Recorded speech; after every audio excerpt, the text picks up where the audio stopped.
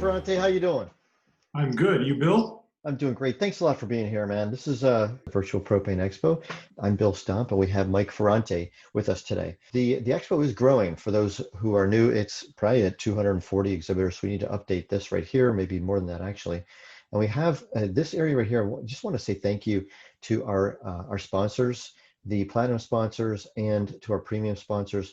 They're the ones that are making this happen. The Virtual Propane Expo is really designed because we as an industry shut down more than a dozen expos across the propane heating oil industry.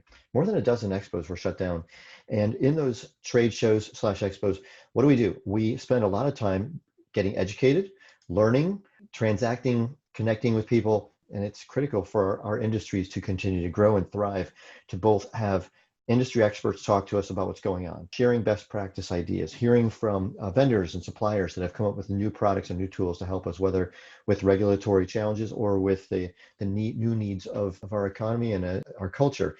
So there's changes afoot, and we as an industry need to be staying up with that, regardless of the challenges that are going on in our industry.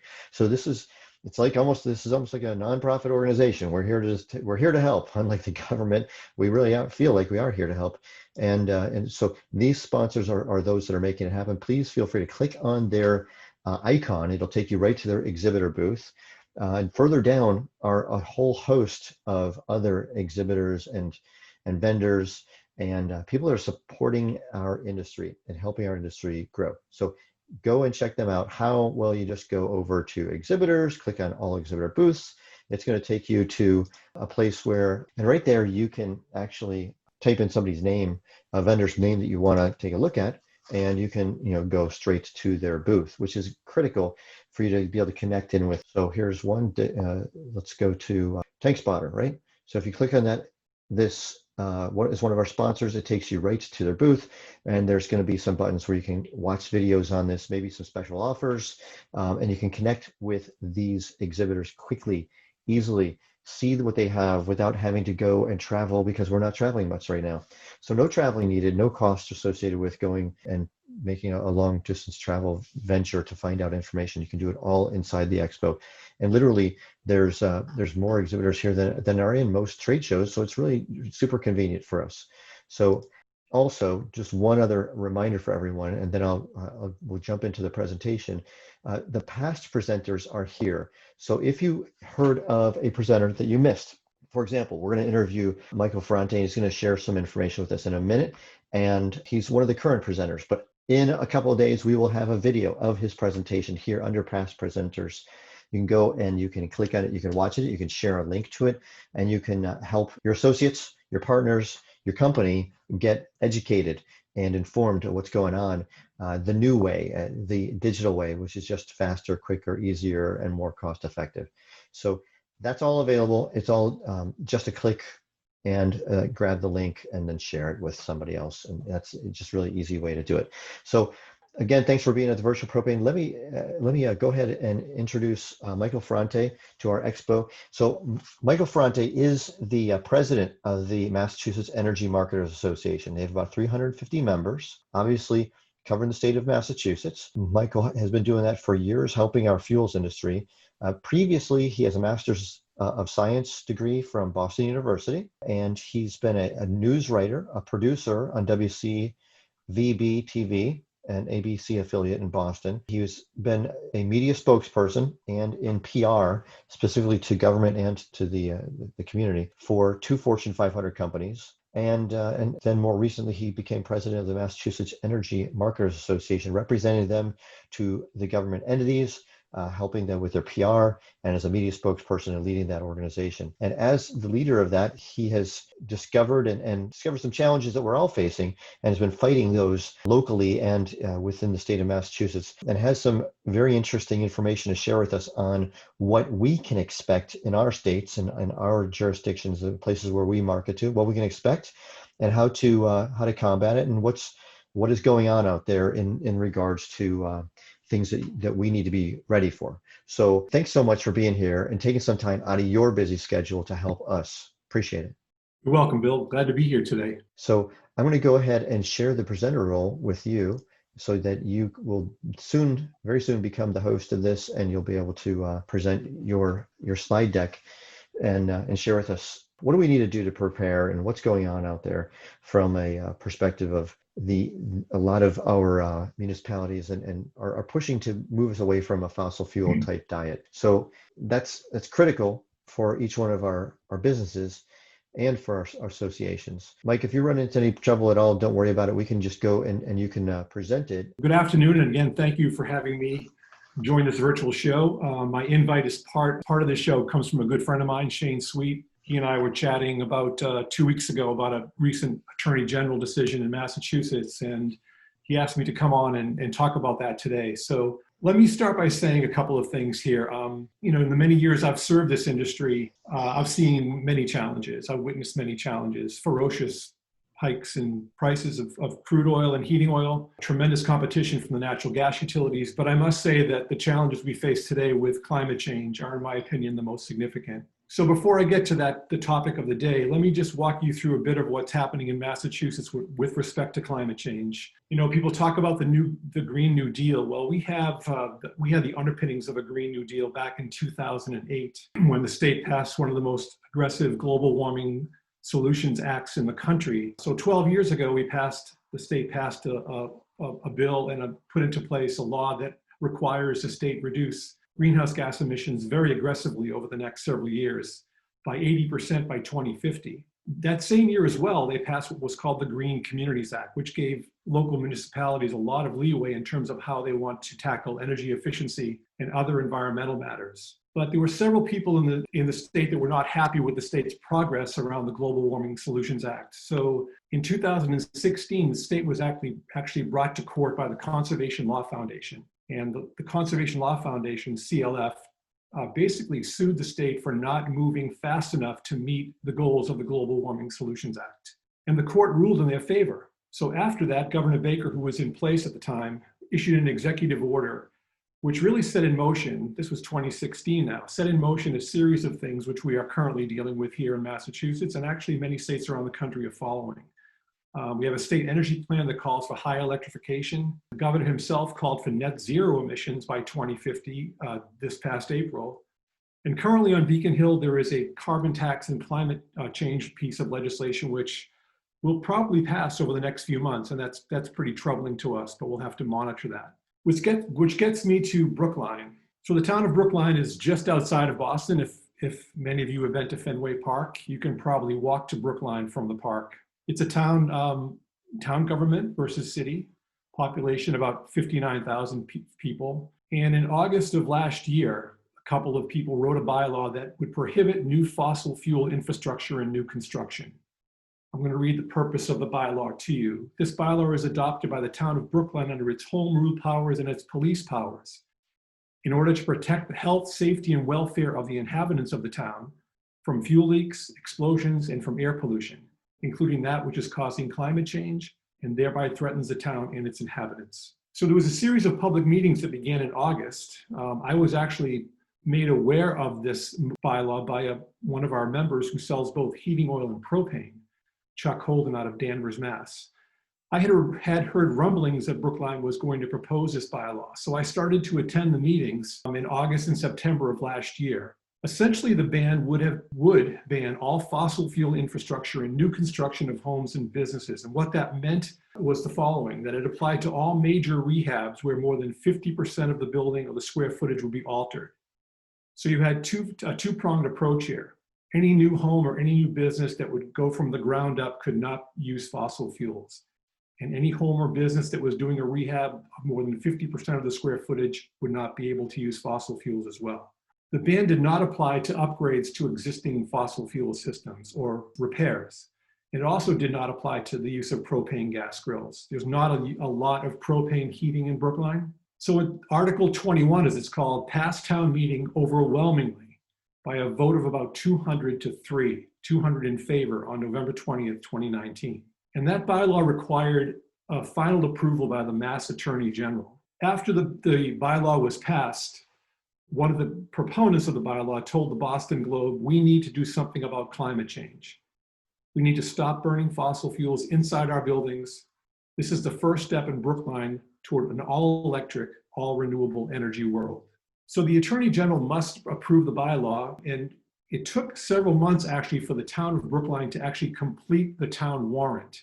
So even though this bylaw, this particular article passed in November, the full warrant was not passed and approved, sent to the AG until late January. So we swiftly took action. We knew that the AG would be looking at comments from the opposition and supporters. I quickly moved to talk to a local attorney who I've worked with over the years, and we filed comments with the Attorney General on February 21st. And what's important here as I summarize these comments is that we were one of the first out of the gate, but following our submission, several groups also submitted comments, and I'll talk about that in a moment. But one of the important things we stated right out in front of the AG was that we are aware that the office of the AG is, quote, this is not a review of policy arguments presented against the enactment. In other words, that if the AG agreed with climate change, that we knew that we would have to argue this on the basis of legal standards versus kind of the visceral effect that you would have against some kind of a bylaw like this. Like our members would complain that it's unfair. How can they do this? Tell them that we're working hard on climate change. Those things are key, but they really were not legal standards, which we knew would be the key to stopping this bylaw. So we proposed two things to the Attorney General. After a study of case law, we asked the Attorney General to look carefully at the article based on a couple of cases, Boston Gas versus Somerville in 1995, which basically said municipalities may not adopt bylaws or ordinances that are inconsistent with state law. We also argued that the bylaw preempted the Massachusetts State Building Code, and we cited case law there as well. Actually, it's a Greek Orthodox church in Western Mass against the fire department of Springfield, where they challenged the modification to an existing state building code. Succinctly, actually, municipalities in the Commonwealth really are not allowed to enact strictly, a more restrictive ordinance with respect to a patchwork of regulations and building codes. So we told the AG, based on that analysis, we would argue that the AG should declare the article invalid. What's interesting is following our submission, the Massachusetts Department of Public Utilities actually issued a letter in opposition as well. So the DPU, as you might expect, is the governing agency over the utilities. And they cited the same legal decisions that we did in our case, the Greek Orthodox case, the Boston Gas case as well. And they also argued that it would restrict the sale and distribution of electricity and gas. Following our submission and the DPU submission, others submitted comments to the Attorney General, including the American Petroleum Institute. They had a letter that was submitted and several groups signed on, including the Propane Gas Association of New England, the Greater Boston Real Estate Board, and the Mass Realtors Association. The Northeast Gas Association also submitted comments to the Attorney General, and they represent the large utilities in Massachusetts. So on July 21st, 2020, the Attorney General ruled, quote, "We must disapprove the law." And what pleased us was that she cited the very same cases that we cited in our submission, that it would preempt the state building code. The same case law was cited, the Springfield case. She also cited a bylaw preempting the gas code and restricting the sale of gas and electricity in that town. She also cited the Boston Gas versus Somerville case. So we were very pleased with the fact that our attorney looked through case law and carefully carved out what we thought were the legal standards by which this bylaw could be disapproved. One very important thing the AG did say though, and I quote, "If we were permitted to base our determination on policy considerations, we would have approved the bylaw. Much of the work of this office reflects the Attorney General's commitment to reducing greenhouse gas emissions and other dangerous pollution from fossil fuels. The Brookline bylaw is clearly consistent with this policy." So moving forward, this AG ruling is clearly an important legal precedent. Currently in Massachusetts, we know there are about 55 cities and towns that have climate change committees and are working on similar kinds of bylaws or actions. Cambridge, for example, the town of Framingham. Those are very active locales, which we believe this ruling will certainly set us an important legal precedent. I can't stress enough how the role of the associations is critical in these situations and keeping track of them. It's a formidable task, keeping track of, in this state, 351 cities and towns. And holding back the tide is going to be significant here. However, again, as I'll repeat, this legal precedent is certainly important for us. And I think the AG ruling might actually carry legislative weight as our legislature looks at climate change legislation, because the AG clearly ruled that the utilities have a right to distribute electricity and natural gas. And in the case of natural gas, carbon tax legislation is aimed squarely at that fuel as well. So that's in summary what I want to talk about today. It's been quite brief. I'm sorry I wasn't able to share my screen with you guys, but I'm more than happy to share my PowerPoint presentation with you. And if you have any questions, I'll take them. So how about the other associations? Did you have any interaction with the other associations, maybe even P-GAIN or any others? And are they experiencing anything similar? And what's the climate in general for the states around you as well? Well, P-GAIN was certainly signed on to the letter from the American Petroleum Institute, which I think carried tremendous weight. We represent propane marketers as well. But it was very powerful to have additional letters follow ours to the Attorney General. And that's, I mentioned as I wound down my presentation, the role of associations, whether it's P-GAIN, our association, the Greater Boston Real Estate Board chimed in, and others. So the American Petroleum Institute certainly carries weight in the state of Massachusetts. I think other states, we know for sure Connecticut has some activity in this arena as well. So with respect to the precedent being set by our state, I think it's going to be a tremendous spillover effect to other states who are trying to do this. Yeah, no doubt. It's really disconcerting, the overall direction that we see continuing along these lines. Like you said, one of the last things you said is where district attorney said that this actually does fall in alignment with their overall goal and aim, but that they didn't, they came to their senses in regards to like what the utility association was saying, the Department of Utilities rather. And, yes. And that's critical, that's super important. That's great news. Overall, great news. However, we have to be vigilant, right? Absolutely, for sure. I mean, there's so much happening with climate change. And the action here in Massachusetts is no different with respect to electrification and reducing greenhouse gas emissions in the 5 New England states, very active. Every state has a law, or at least is moving towards that kind of an approach. And this industry is struggling with combating electrification from a variety of states and activities. Okay, so as far as what those who are watching, let's say that there's other associations watching this that are out across our country, and there's marketers across the country that are watching this. What specifically would you recommend that they do based on your experience? Well, I would say to you, it's very difficult to track the activity in every city and town, and that's where your association members come into play. I have no qualms about mentioning that if it wasn't for one of my members, I would have missed a very important initial meeting in Brookline, Mass. So having the eyes and ears of your members who are in these communities is crucial. I'd say if I left anything with this group today, I would say that's important. And from there, picking up your activities and carrying the weight of the association behind you is very important, to be able to say to a regulator or the Attorney General that we represent hundreds of companies, thousands of jobs. This would impact our economy. And it's also about freedom of choice. We made that argument in our legal filing, even though it wasn't a legal precedent. We certainly stated that consumers should not be, the choice of their heating source should not be taken away from them. And that's a powerful statement. It's really true. I mean, I can't even imagine trying to heat your house with electric heat in Massachusetts. Yes, I mean, a horrible concept. It's a horrible idea. It's almost inexplicable to try to rationalize how lawmakers and policymakers can support electrification. I will tell you briefly that we studied public data that came through the Massachusetts Clean Energy Center, which is a quasi-government agency, and they supply rebates to consumers for electric heat pumps. We studied thousands of self-reporting data that consumers gave back to the Mass CEC with respect to their rebate for electric heat pumps. And we found that over 90% of those who put in a heat pump used it only for supplemental heat. They kept their other primary heat source, heating oil and natural gas or propane. In addition to that, the average cost for the consumer to put in a heat pump, one heat pump, even with a rebate, was over $20,000, garnered from the data that we collected from a state agency that provides rebates for electric heat pumps across the state. Okay, that's astronomical. So not all of us have lived in a house that had electric heat.